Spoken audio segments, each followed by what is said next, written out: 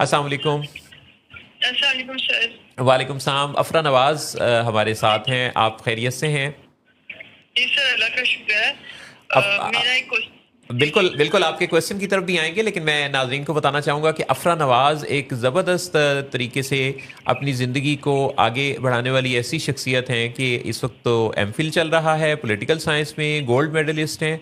और इसके अलावा जब ज़िंदगी के एक मौका पर इनको काफ़ी डिफ़िकल्टीज़ थी, तो इन्होंने कोई उसमें आर महसूस नहीं की इस चीज़ में कि ये हेल्प लें, और फिर एक प्रोफेशनल हेल्प के बाकायदा प्रोसेस से गुजरी, और विलिंग वेज के सेशंस में अभी भी बड़ी बाकायदगी से शरीक होती हैं, और सोशल मीडिया पर मेंशन भी करती रहती हैं, क्रेडिट भी देती रहती हैं डॉक्टर सदाकत अली को और तमाम टीम मेंबर्स को जिन्होंने इनकी ज़िंदगी में ये रोल अदा किया। तो जी सर। अफरा, आपकी सारी उन पोस्ट्स के लिए इकट्ठे बहुत बहुत शुक्रिया। जी सर, ये तो मेरी ऑब्लिगेशन है, क्योंकि हमारी लाइफ में किसी ऐसे इंसान ने और ऐसे इदारे ने एक ऐसा रोल प्ले किया और जिसकी वजह से हम बैक टू लाइफ और बैक टू ट्रैक आए और एक रे ऑफ होप हमें नजर आए, और ऐसी रे ऑफ होप जो लाइफ टाइम हमारे साथ है, तो ये बहुत बड़ी बात होती है। फिर जब जब भी कुछ होता है तो फिर वही इंस्टीट्यूट और वो लोग हमें याद भी रहते हैं। बहुत शुक्रिया, जीती रहिए। सवाल आपका क्या था? आप कुछ सवाल कहने लगी थी। सर, कभी कभी स्ट्रेस और ऐसे घर का इन्वायरमेंट हो या फिर सोशल सेटिंग हो हम्म। या एकेडमिक स्ट्रेस हो, तो उसकी वजह से हम प्रोक्रेस्टिनेशन में चले जाते हैं। वो एक लूप होता है जिसमें हम चले जाते हैं, या स्ट्रेस से भागने के लिए अपने आप को वापस थोड़ा सा अपने आप को स्ट्रेंथन करने के लिए। तो उस प्रोक्रेस्टिनेशन की लूप से हम कैसे आए, क्योंकि उसकी वजह से मॉर्निंग की डेली एक्टिविटीज तो हमारी इफेक्ट होती हैं, और उसके साथ रात को भी सोने से पहले थोड़ा सा वो माइंड उस शट डाउन नहीं हो पाता। तो उसका सोल्यूशन बेस्ट पॉसिबल अप्रोच क्या है? अफरा, हमारे साथ रहिएगा। आपकी कॉल के फ़ौरन बाद में और जहां आ रहा इसी मौजू पर बात करेंगे। जी, thank you thank so you very sir. Much. अल्लाह हाफिज़। अल्लाह। ये जो चीज़, जो मसला इन्होंने डिस्कस जी। किया, वो सिर्फ अफरा नवाज का नहीं है, वो हम्म। हर उस शख्स का है जो कि ज़िंदगी से नवाजा हुआ है, यानी जिंदों में शुमार है। तो ये किसी एक ख्याल का आना और फिर उस ख्याल पर स्टक हो जाना और फिर उसी के लूप में रहना, ये बहुत दफ़ा अगर आप देखते हैं सर्च इंजन्स पे जाके, तो प्रोक्रेस्टिनेशन की, ओवर थिंकिंग की बहुत ज़्यादा आपको सर्चेज मिलती हैं। जी जी जी जी। अच्छा, अब ये जो ओवर थिंकिंग की सर्चेज हैं, इसमें इसके हवाले से हम यानी जो ख़ास तौर पे अफरा ने जो बात की है उनसे रेलिवेंट तो मैं अपना एक जो नुक्ता नज़र है वो दूंगा, और जहाँ आप अपनी बात करेंगी जी। और दोनों की बातें मिलकर फिर एक थेरेप्यूटिक डायरेक्शन बन जाएंगी। मेरा ये ख्याल है मेरी लर्निंग के मुताबिक कि 3 ऐसी चीज़ें हैं जो इस लूप से बहुत अच्छा निकाल लेती हैं। उसमें से पहली बात तो ये है जो कि उस थॉट को पहचान लेने का स्टेप लेना है, जिसमें कि आप पहचान लेते हैं और उसको नाम देते हैं। जी। क्योंकि जब आप ओवर थिंकिंग के या किसी बीमार सोच के को कोई नाम दे देते हैं, टाइटल जी। रख देते हैं, तो वो फिर अलग नज़र आने लगता है। जी जी। तो ओवर थिंकिंग में सबसे पहले ये जान लेना कि ये मैं नहीं हूँ, मेरी एक बीमार सोच है। तो उसको जब आपने नाम रख दिया, तो नाम रख देने से उसको आप अलग से पहचानने लगते हैं और अपने आप से अलग कर पाते हैं। दूसरी जो चीज़ है वो ये है कि उसका कंपैरिजन करना, ज़रा रियलिटी चेक देना कि रियलिटी और थॉट में क्या फ़र्क है। यानी आप ये देख लें कि जो ये चीज़ है ये एक्चुअली एक थॉट है, हकीकत नहीं है। और हकीकत क्या है, उसमें आप फैक्ट्स पर गौर करते हैं कि सच्चाई क्या है, और इसमें फिर ऑल्टरनेटिव अदर जो थॉट्स हैं वो क्या हैं, और अगर से ये जो हमारे ध्यान में सोच आ रही है, अगर ये सच भी हो जाए तो फिर क्या, नेक्स्ट स्टेप फिर क्या होगा।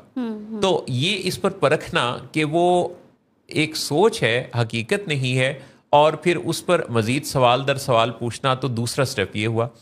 तीसरा स्टेप जो इससे निकलने का है वो ये है कि हम अपने लिए वरी टाइम मखसूस करें। यानी ओवर थिंकर्स के लिए एक ये सजेशन है कि अगर वो इसमें बाकायदा सोच के प्लानिंग के साथ ظاہر ہے کہ اگر وہ اپنے مسئلے کو ڈسکس کرتے ہیں یا سرچ کرتے ہیں تو اوور تھنکنگ کو تو پہچانتے ہیں کہ ہے یہ ان کا مسئلہ. تو جب وہ اگر اس بارے میں یہ کریج رکھتے ہیں, سمجھ بوجھ رکھتے ہیں کہ یہ کوئی مسئلہ ہے, تو اس مسئلے کے حوالے سے وہ ٹائم مخصوص کر دیں کیونکہ یہ مسئلہ ان کا ہے, سو اس کا سامنا بھی ہے.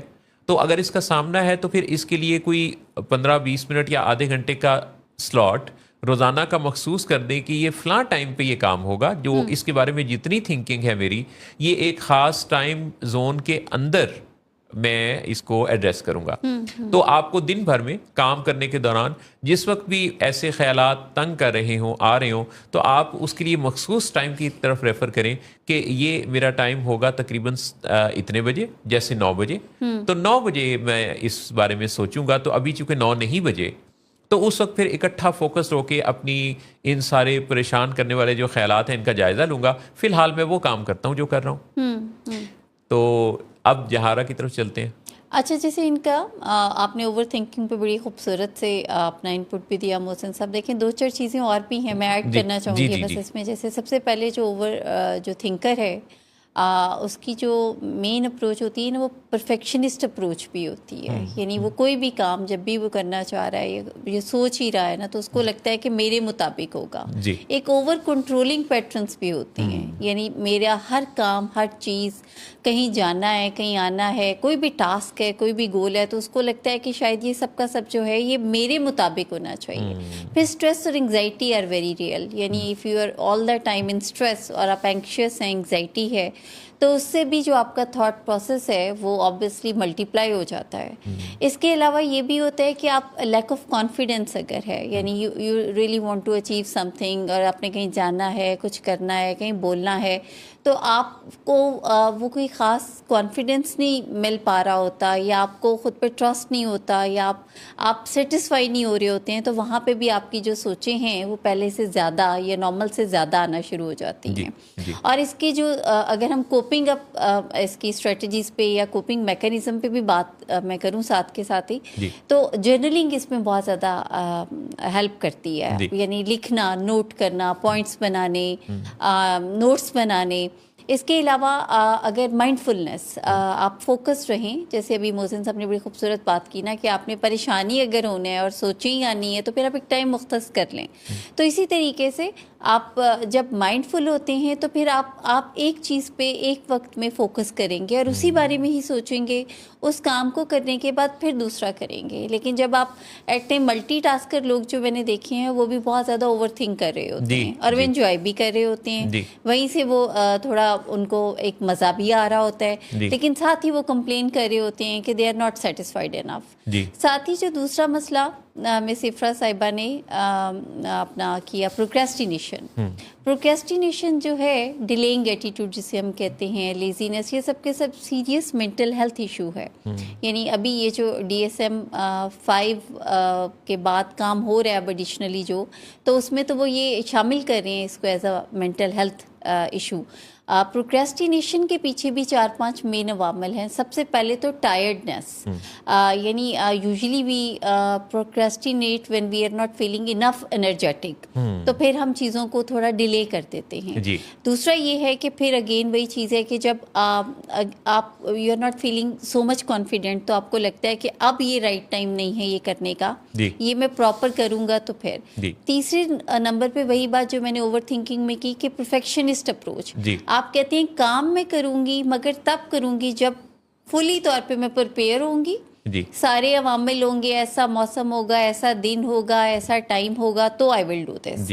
اچھا, چوتھے نمبر پہ یہ ہوتا ہے جب آپ پراپر اس پہ you are not enough educated, آپ کا کوئی پراپر ہوم ورک نہیں ہوتا, آپ نے کوئی نالج بیس نہیں ہوتا, تو تب بھی آپ کوئی ایفرٹ نہیں پٹ کر رہے ہوتے ہیں. اور پانچویں نمبر پہ جب you are not consuming your energies in a right direction, اور آپ کیا کر رہے ہوتے ہیں کہ آپ جیسے سوشل میڈیا ہے, اب یہ وہ سب کی سب چیزیں ہیں جو کہ ایک ہرڈل بھی کریٹ کرتی ہے نا.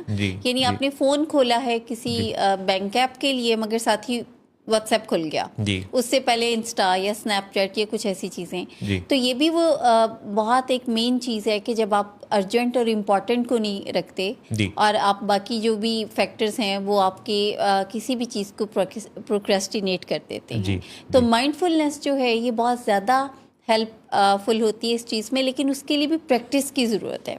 यानी you just have to talk to yourself कि मैंने आज के दिन में ये 4 काम करने हैं और ये 4 काम मैंने इस टाइम पे मुकम्मल करने हैं, और कल के दिन पे जो काम होगा वो उनमें इन 4 कामों में से कोई भी एक काम ऐड नहीं होगा।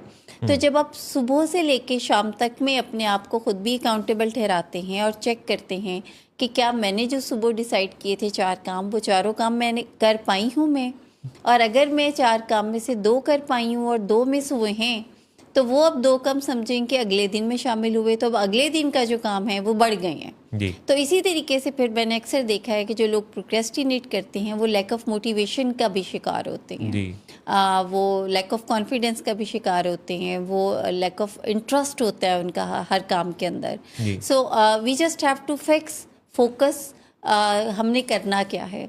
और जर्नलिंग इसके अंदर भी मोहसिन साहब बहुत ज़्यादा इंपॉर्टेंट होती है। यानी जहाँ ने जो बातें की हैं एक से बढ़कर एक, यानी ऐसे लगा कि जैसे गुलदस्ता सा सजा दिया कि सारे फूलों को इन्होंने जमा किया। और आप अगर ये सारी जो गुफ्तगू अभी अभी जहाँ ने की है, जी अगर इन सारे पॉइंट्स को लिख लिया जाए तो मेरे ख्याल है ये सारे मिला के कोई 20 के करीब वो पॉइंट्स हैं जिन पॉइंट्स को अपना लेने वाला ओवर थिंकर नहीं हो सकता, जी जी प्रोक्रेस्टिनेट नहीं कर सकता, माइंडफुलनेस के साथ आरास्ता हो जाएगा, टास्क्स पूरे होने लगेंगे, प्रैक्टिकल अप्रोच बढ़ेगी और ज़िंदगी आसान होने लगेगी। ये सारे जो कीमती नुकात बताए हैं जहारा ने, और जैसे कि मैंने अपनी गुजारिशात की, तो इन सब को मिला के अगर इस मसले को देखा जाए तो ये मसला जो कि बहुत लोगों का खासा ज़्यादा मसला जी है, जी यानी हम सब के साथ ये इमोशनल चैलेंजेस आते हैं। कई दफ़ा सिचुएशंस ऐसी होती हैं हम एंगेज कर लेती हैं, हम उसमें इंडल्ज हो जाते हैं। इंडल्ज हो जाना कोई मसला नहीं है, जी जी इंडल्ज रहना मसला है। जी जी जी जैसे कि लोग मूड ख़राब उनका होता है, तो मूड ख़राब तो होना इंसान के साथ बिल्कुल एक सच्चाई है, जी लेकिन मूड ख़राब ही रहना असल मसला ये है। True. सो किसी भी ऐसे इमोशन के अंदर जाना तो बिल्कुल रियलिटी है, लेकिन उसमें स्टक हो जाना, रहना, उसका बसेरा कर लेना, उसके अंदर ये है वो चीज़ जिसको फिर एड्रेस किए जाने की ज़रूरत होती है। इसीलिए जो DSM की अभी आपने बात की, जी तो जो पैरामीटर्स हैं किसी भी साइकेट्रिक प्रॉब्लम को पहचानने के, वो ये हैं कि कोई फ़र्द उस ख़ास कैफियत के अंदर ख़ास यानी अरसे तक रहे। जी जी अगर वो उसमें रहता है तो फिर उसका डायग्नोसिस बनेगा कि इसका मतलब है कि ये निकल नहीं पा रहा, जी जी और डिसफंक्शनल हो जाए, डिसफंक्शनल हो जाए। अब देखिए प्रोक्रेस्टिनेट हम करते हैं बहुत नॉर्मली भी, ज़िंदगी में बहुत सारी चीज़ें हैं। अब जैसे अगर मेरी गाड़ी में एक बैग रखा है कपड़ों का, और मैं अक्सर कहती हूँ कि आते जाते किसी मार्केट में इसके साथ कोई दुपट्टा मैच करना है या कुछ करना है, मगर फिर मैं कहती हूँ चलें कल परसों। तो इसमें एट टाइम ये होता है कि यू जस्ट, अगर आप अर्जेंट इंपॉर्टेंट में भी प्रोक्रेस्टिनेट कर रहे हैं, जी। यानी you have to go to the doctor but you are not going, जी जी you have to buy something, you have to pay your bill but you are not doing it, so it's a serious matter. So जो urgent important है, अगर उसमें procrastination है, delaying attitude है, तो फिर आपको बैठ के बाकायदा लिखना, फोकस करना, माइंडफुलनेस की ज़रूरत है। लेकिन अगर अर्जेंट इम्पॉर्टेंट यानी नॉट अर्जेंट नॉट इम्पॉर्टेंट है और उसमें आपके ज़हन में आता है कि ये काम करना है, मगर फिर आप उसको होल्ड ऑन कर देते हैं, तो दैट्स ओके। फिर जब आपको टाइम होगा या जब मूड होगा तो आप उसको कर भी लेंगे। जी तो जी। ये भी ज़रूर आइडेंटिफाई करें। अच्छा, इसमें बहुत अच्छा एक जो सलूशन मैंने अपनी ज़िंदगी में पाया जी। वो ये है कि जब भी आप प्रोक्रेस्टिनेट करते हैं किसी जी। चीज़ में, आपको लगता है कि यहाँ मेरी तरफ से ये जो काम है जमा हो रहे हैं, सुस्ती हो रही है, जी जी तो उससे निकलने का जो साइकिल आगाज़ होता है ना, जी जी वो है सबसे पहले सबसे ईजीएस्ट टास्क को उठाना और पूरा कर देना। क्योंकि आपका जो दिमाग है وہ ایکچولی اس سانچے میں ڈھالنا ہوتا ہے, اس ڈائریکشن پہ لانا ہوتا ہے جہاں وہ پھر کامیابیوں کی طرف آگے بڑھنے لگتا ہے.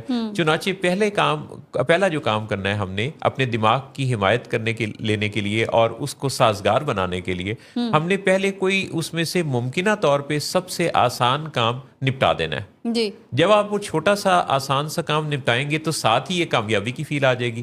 اب دماغ کے اندر یہ ایک نئی انرجی پیدا ہوئی ہے کہ میں نے اب باقیوں کو بھی نپٹانا ہے. اسی لیے آپ نے دیکھا ہوگا کہ جب بھی کوئی شخص اپنا کوئی کام نپٹاتا ہے تو اس کے فوراً بعد اسے اگلا کام ویسا ہی کرنے کا جذبہ اور شوق اس کے اندر بہت جوان ہوتا ہے. that's so true. بالکل اور موٹیویشن بھی اچھی ہو جاتی ہے. موٹیویشن اچھی ہو جاتی ہے. اسی طرح سے انسان کے ساتھ یہ بھی ہے کہ جب وہ کسی کام کو شروع کر لیتا ہے تو اس کے اندر ایک نیچرل ایک ڈیزائر پیدا ہوتی ہے فنش کرنے کی. جی یعنی کہ فنش کرنے کے لیے, کسی کام کی تکمیل کے لیے ضروری نہیں ہے کہ آپ پہلے تکمیل پر سوچتے رہیں, آپ سٹارٹ کرنے کا سوچیں.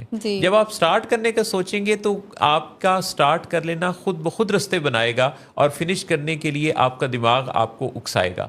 چنانچہ وہ جو آپ کے اندر توانائی پیدا ہوگی وہ نتیجہ لاوے ہی لاوے. جی